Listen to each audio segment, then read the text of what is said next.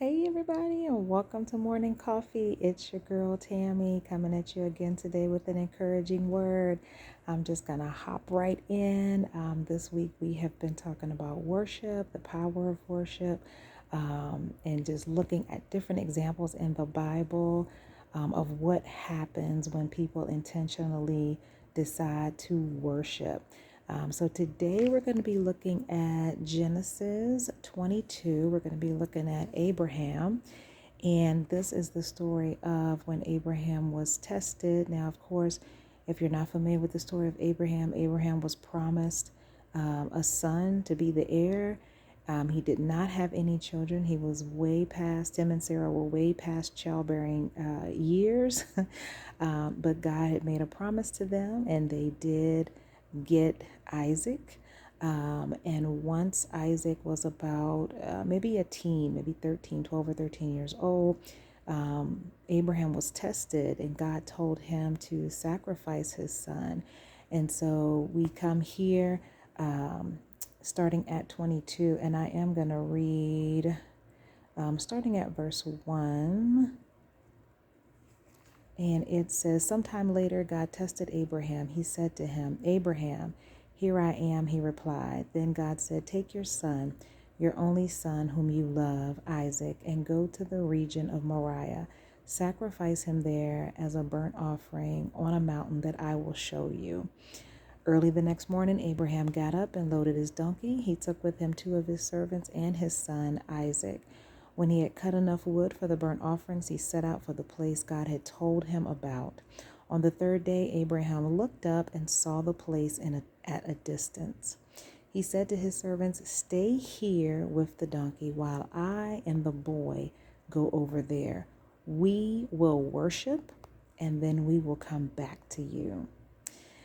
Abraham took the wood for the burnt offering and placed it on his son Isaac, and he himself carried the fire and the knife. As the two of them went on together, Isaac spoke up and said to his father, Father? Yes, my son, Abraham replied. The fire and the wood are here, Isaac said, but where is the lamb for the burnt offering? Abraham answered, God himself will provide the lamb for the burnt offering, my son. And the two of them went on together. So I just want to stop right there for a second before I read the second part of that. But just looking at this, now Abraham had believed God for years to get this son. And now the Lord is telling him, I want you to sacrifice the son. And instead of questioning, Abraham's like, okay, I'm going to choose the worship. He even tells his servant, me and the boy are going to go ahead. We're going to worship, and then we're going to come back down. I want to let you know that you deciding to worship God, even in the face of uncertainty or in something that doesn't make sense to you, God will come around and bring provision in that thing. And if we look at verse 12, so he's about to sacrifice him, and he says, here I am. He called out to him, starting at verse 11. But the angel of the Lord called out to him from heaven, Abraham, Abraham. Here I am, he replied. He said, do not lay a hand on the boy.